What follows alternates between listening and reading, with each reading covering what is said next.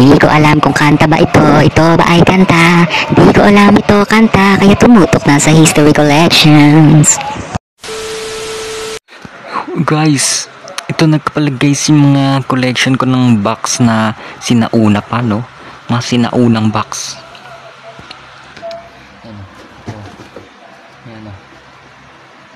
Yan o, box. Kasi ito, box S. Yung box S. Oh. Yan. High quality box. Collection ko ng box yan. Yung mga box na yan, yung ano pa yan, yung mga vintage, mga luma, mga ano pa yan eh, yung 50s. Nung 50s pa yung mga box na yan. Ito 40s. Nung 40s pa, ito 50s, 60s, 70s, ito 30s. Yan, ito 30s pa to eh. Itong box na to. Yung box na yan, mga sinauna pa. Kaya itong mga box na to,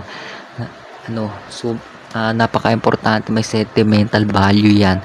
Kasi ano pa yun nung mga 300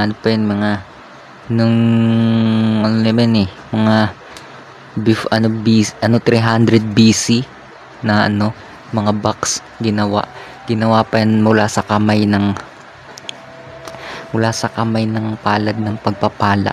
Yan. Ayun, kaya sobrang mahalaga nito na may sentimental value yan, yung mga box na ganyan. Ito yung ano pa yan eh. Yan yung ating box. Yan, papakita ko lang sa inyo yung mga box na vintage. Yan,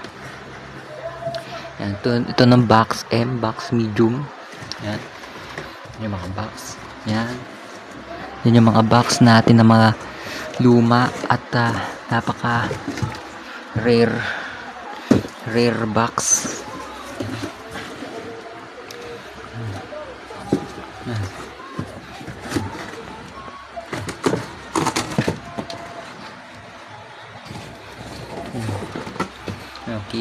Kitang-kita nyo naman guys kung gaano yan ka treasure. Sobrang luma, vintage na vintage.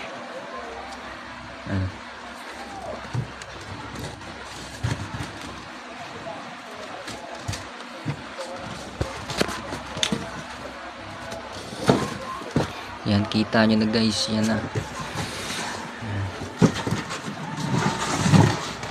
Noon, panahon pa ng to eh, ng kanununuan ko sa Balakang. Kanununuan ko sa Balakang.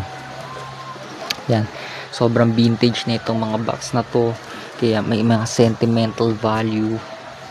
At yan guys, yung mga box collection natin, sana tumutok lang kayo sa susunod pang episode nitong collection history natin. History collections.